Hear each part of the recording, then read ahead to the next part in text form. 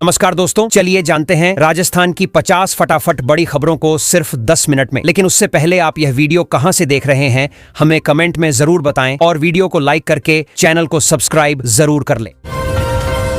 राजस्थान में मानसून एक बार फिर सक्रिय हो गया है। मौसम विभाग ने आज पूर्वी और पश्चिमी राजस्थान के कई जिलों में भारी से अति भारी बारिश की संभावना जताते हुए अलर्ट जारी किया है। प्रशासन ने निचले इलाकों में रहने वाले लोगों को सतर्क रहने और आवश्यक होने पर सुरक्षित स्थानों पर जाने की सलाह दी है। किसानों को भी मौसम अपडेट पर नजर रखने के निर्देश दिए गए हैं।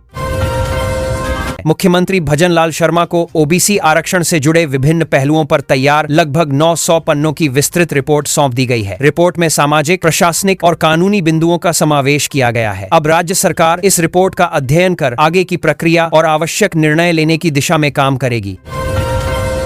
राजस्थान में जमीन, मकान और प्लॉट खरीदने वाले लोगों को अब पहले से अधिक खर्च करना पड़ेगा। राज्य सरकार ने पिछले 4 महीनों में दूसरी बार डीएलसी दरों में वृद्धि कर दी है। नई दरें लागू होने से संपत्ति के पंजीकरण पर स्टाम्प शुल्क और अन्य संबंधित खर्चों में भी बढ़ोतरी होगी।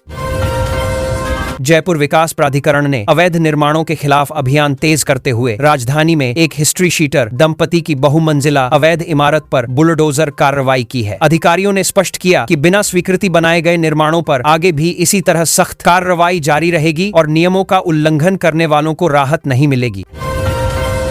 कॉमनवेल्थ गेम्स में स्वर्ण पदक जीतकर जयपुर लौटी बॉक्सर अरुंधति चौधरी का एयरपोर्ट पर भव्य स्वागत किया गया। खेल प्रेमियों, परिजनों और विभिन्न संगठनों ने फूल, मालाओं और ढोल नगाड़ों के साथ उनका अभिनंदन किया। खिलाड़ियों ने उनकी उपलब्धि को राजस्थान के लिए गौरवपूर्ण बताते हुए युवाओं को खेलों में आगे बढ़ने की प्रेरणा बताया।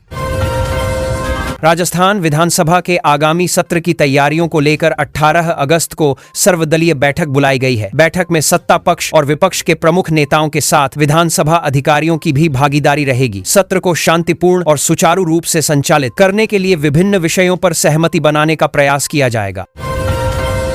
दिल्ली मुंबई एक्सप्रेसवे के राजस्थान के कोटा बूंदी खंड पर यातायात सुरक्षा को मजबूत करने के लिए करीब 650 अत्याधुनिक एआई कैमरे लगाए गए हैं। ये कैमरे ओवर स्पीड, लेन उल्लंघन और अन्य नियम तोड़ने वालों की स्वतः पहचान करेंगे। नियम उल्लंघन करने वाले वाहन चालकों के पते पर सीधे चालान भेजे जाएंगे।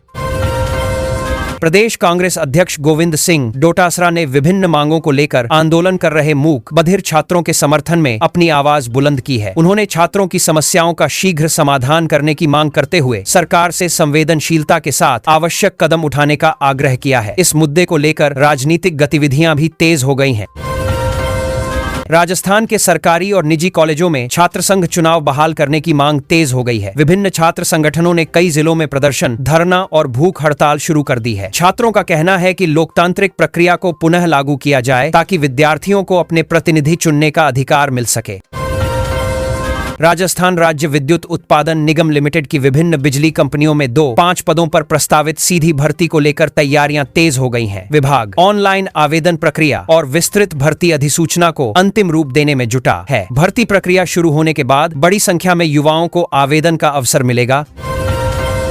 जयपुर अजमेर रोड स्थित एक विवादित और अवैध रिसोर्ट से जुड़े मामले में जयपुर विकास प्राधिकरण अपीलीय अधिकरण ने फिलहाल अंतरिम राहत देते हुए प्रस्तावित कार्रवाई पर अस्थायी रोक लगा दी है। अब मामले की अगली सुनवाई में दोनों पक्षों की दलीलें सुनी जाएंगी। अंतिम निर्णय आने तक संबंधित पक्षों को यथास्थिति बनाए रखने के निर्देश दिए गए हैं।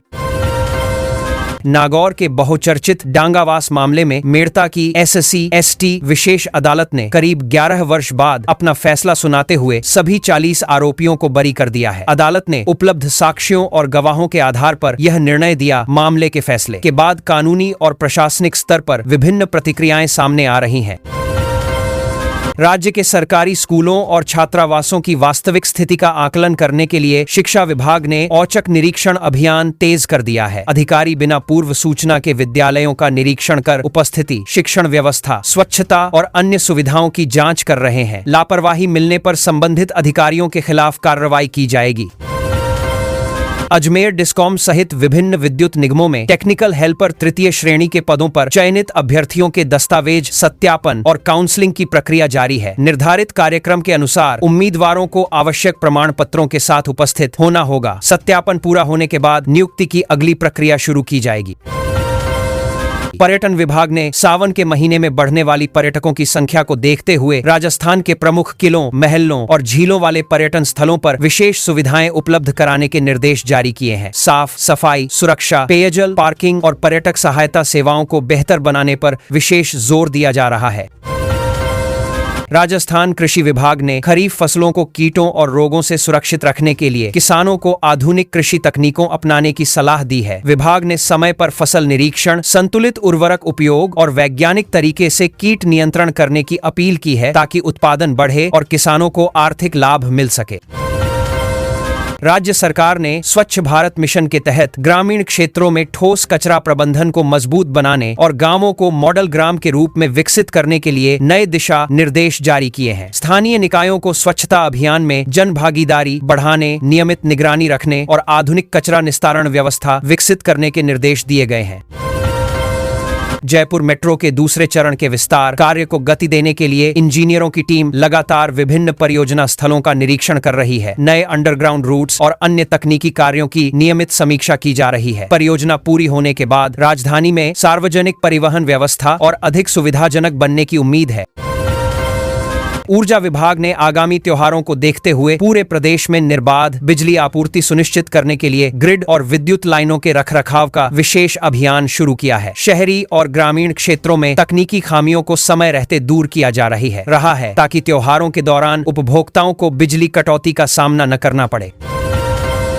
राजस्थान रोडवेज ने यात्रियों की बढ़ती संख्या को देखते हुए दिल्ली, गुजरात और उत्तर प्रदेश के प्रमुख मार्गों पर अतिरिक्त एसी और नॉन एसी बसों के फेरे बढ़ा दिए हैं। विभाग का उद्देश्य यात्रियों को समय पर बेहतर परिवहन सुविधा उपलब्ध कराना और त्योहारों तथा व्यस्त अवधि के दौरान भीड़ भाड़ को कम करना है।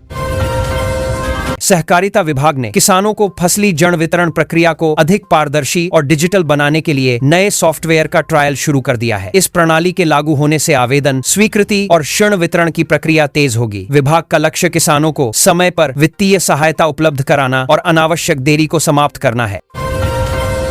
राज्य के चिकित्सा एवं स्वास्थ्य विभाग ने मौसमी बीमारियों की रोकथाम को लेकर सभी सरकारी अस्पतालों और प्राथमिक स्वास्थ्य केंद्रों को आवश्यक दवाइयों का पर्याप्त स्टॉक बनाए रखने के निर्देश दिए हैं। साथ ही चिकित्सकों को मरीजों के त्वरित उपचार और नियमित निगरानी सुनिश्चित करने के लिए विशेष सतर्कता बरतने को कहा गया है।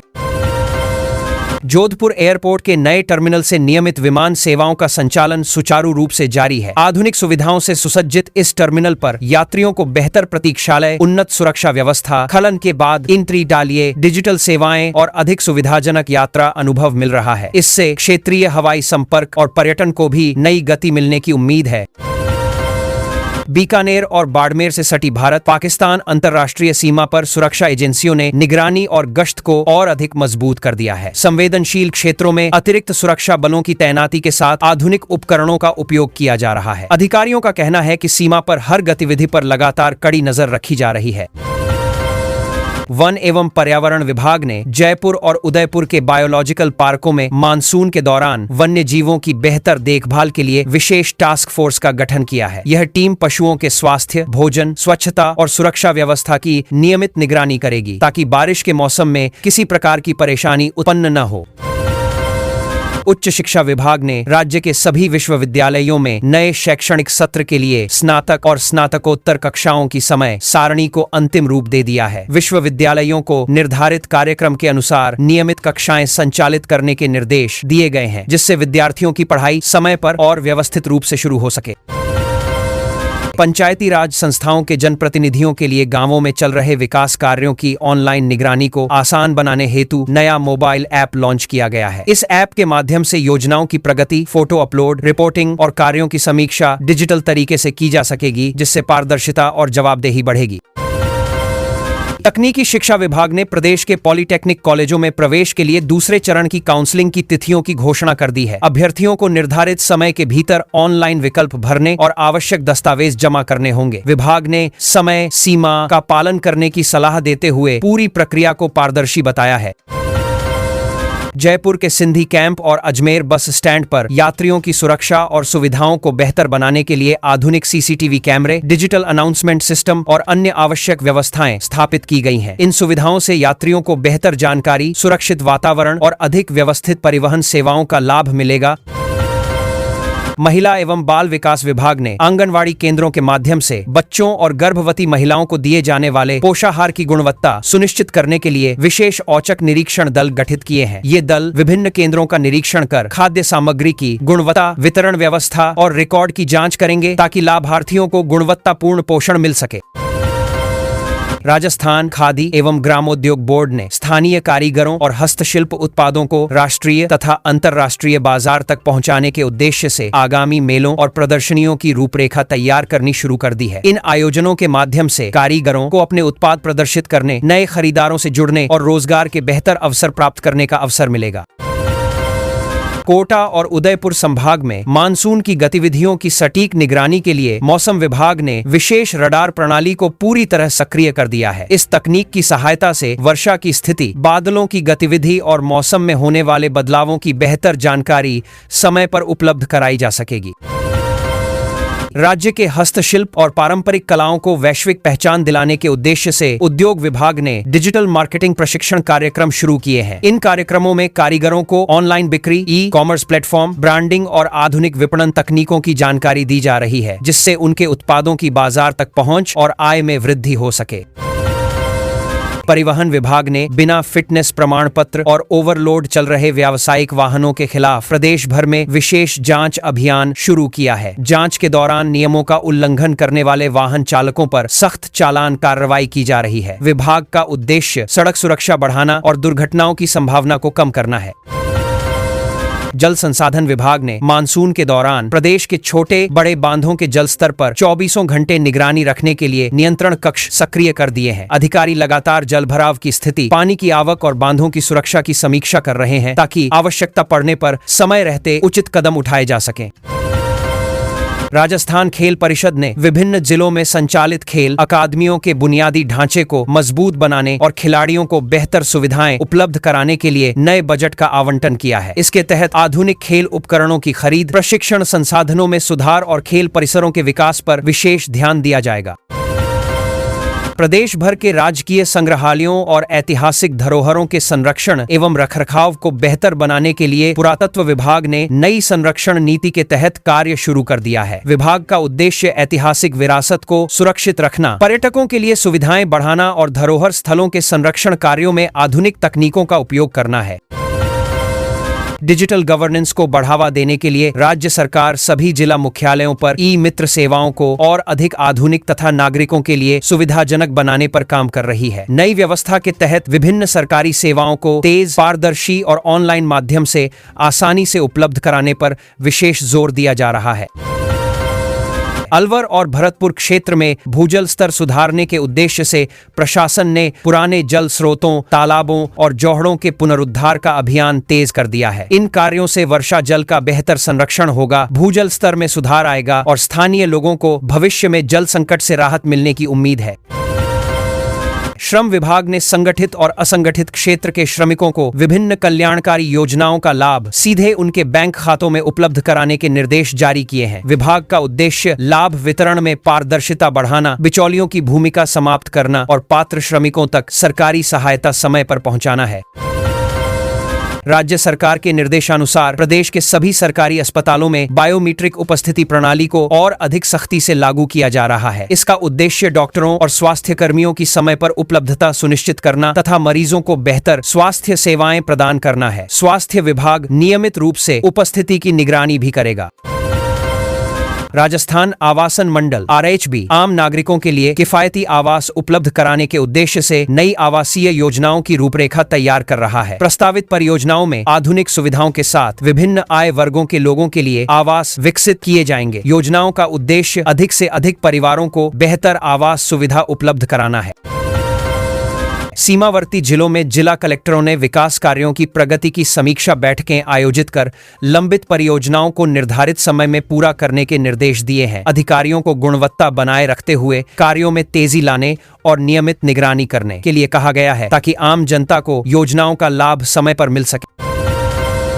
अजमेर स्थित सूफी संत ख्वाजा मोइनुद्दीन चिश्ती की दरगाह में आने वाले जायरीनों की सुविधा को ध्यान में रखते हुए पर्यटन पुलिस और सहायता डेस्क को पूरी तरह सक्रिय कर दिया गया है। श्रद्धालुओं को मार्गदर्शन, सुरक्षा और आवश्यक जानकारी उपलब्ध कराने के लिए अतिरिक्त व्यवस्थाएं भी की गई हैं, जिससे उनकी यात्रा अधिक सुगम बन सके।